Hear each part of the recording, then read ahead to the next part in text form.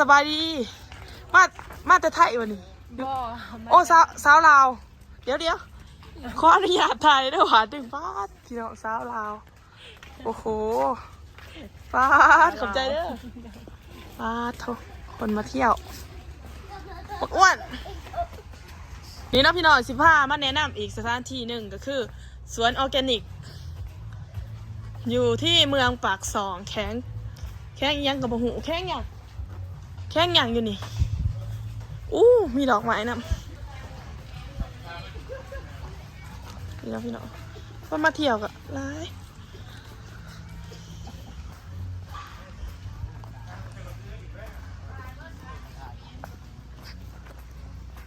นี่เนาะมาหอกันสบายดีเดี๋ยว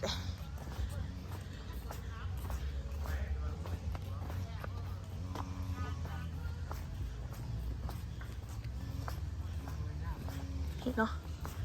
โอ้คนมาเที่ยวกันร้ายนะพี่เนาะเสียค่าปีเขาประมาณ10 บาทประมาณ10 บาท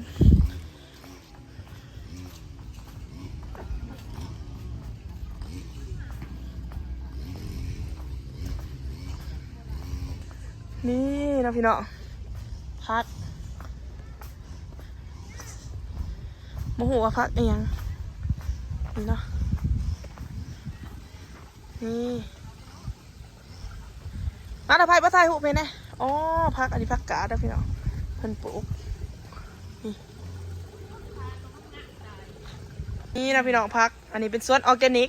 เพิ่นจะบ่ให้เด็ดเด้เพิ่นสิเอาไปขายบ่อันสอนดีเนาะโอ้เบิ่งบ่เบิดดอกมันได้มันก็คือการเบิดนั่นแหละพี่น้องดอกไม้ไปมาต้องแนะนำมาบ่อนนี้ได้มาเบิ่งพักได้ไอเอิกดินี่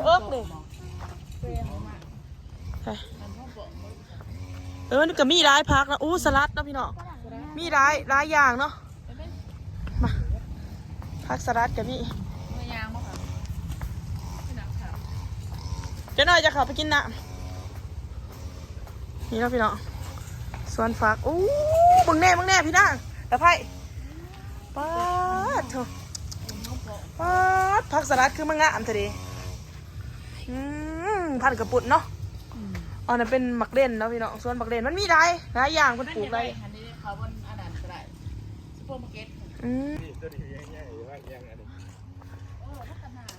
ปอนี่แต่พักด้วยพี่น้องไปเฝ้าสิพาไปยอผู้สาว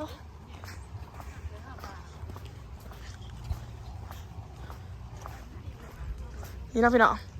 นี่ก็จะเป็นสาวลาวเบิ่งสาวลาวนี่เนาะบรรยากาศนักท่องเที่ยวเขามาเที่ยวหลายเนาะนี่นะพี่น้องนักท่องเที่ยวมาเที่ยวป้าสาวลาววันนี้ด้วยสาวไทยมึงสิมาถามสบายดีมาแต่ไทยวันนี้สาวลาวเดี๋ยวขออนุญาตถ่ายด้วยหวานถึงฟาดพี่น้องสาวลาวโอ้โหฟาดขอบใจเด้อฟาดโถคนมาเที่ยวปักอ้วนพี่น้องลองไม่ยังอันนี้สงสัยนำเขาจากต่างประเทศอันนี้ของแท้ได้แล้วบ่แม่นของปลอมเลยหรือว่าของเทียมเลยนี่ของแท้ได้แล้วนี่เพิ่นบ่ขายบ่เขาจะบ่ได้ขายบ่นี่ท่านขายสิซื้อไป5 บาทอยู่เพื่อนบ่เขาขายบดทั้งเลยบ่ดิเขาอยากได้เขาไปเอาโคกสั่งเขานี่นะพี่น้องต้นกระบองเพชรป้าดศาสตร์เขาเจ้าเนาะเฮียนจบเกษตรแท้ๆเลยนี่นี่จะดอกไม้เว้ยนี่อย่าไปจับเด้อ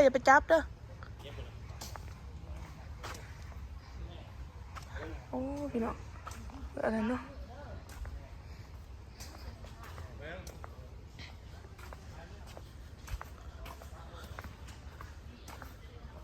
เขาส้มนี่ก็5 บาทนึง5 บาทเหรอทั่วปฏิพี่น้อง อืมสวนออร์แกนิกใครอยากมาเที่ยวก็สามารถมาไหลเด้อพี่น้องนี่เนาะข้าวสมพีข้าวสม5 บาทของแท้เลยเนาะจะมันแหงเบิดพุ่น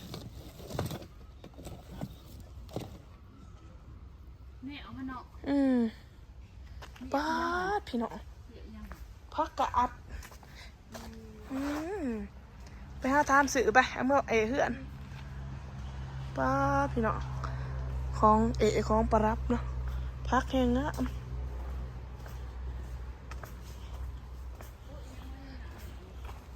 ฮะ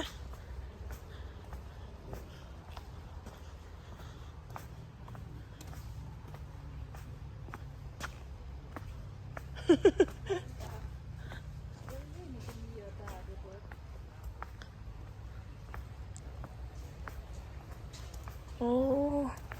พี่น้องอยู่ปากซองแดนหนาวเขาขายบ่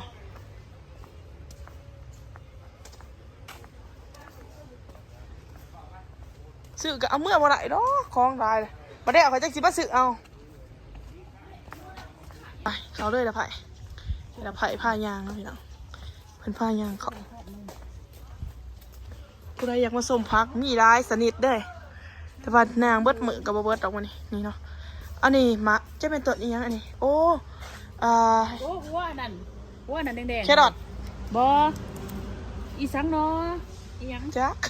หัวอีหยังเนี่ยกินได้ผู้ใน YouTube ก็กินเด้นี่ผักแปนผักกระเทียมมันเนาะของคนจีนนี่ภาษาจีนนี่กระรดกระเด็ดบ่บูบอดี้สิเขาต้องมาเนี่ยที่จะเป็นข้าวโพดไปได้ไปถ้าอยากได้ยังก็สั่งไปเบิ่งซุปเปอร์มาร์เก็ตเนาะพี่น้องนั่นจางมาแต่เที่ยวเนาะก็บ่ได้ว่าเที่ยวหรอกพี่น้องก็ไปรอเบิ่งบรรยากาศนั่นแหละเพราะว่ามันไกลๆกับบ้านนะซาวนี่เนาะนี่บ้านเพิ่นมื้ออื่นก็สิเดินทางไปแข้งเสกองอันนี้ตอนนี้ก็กินหมูกระทะด้วยจ้า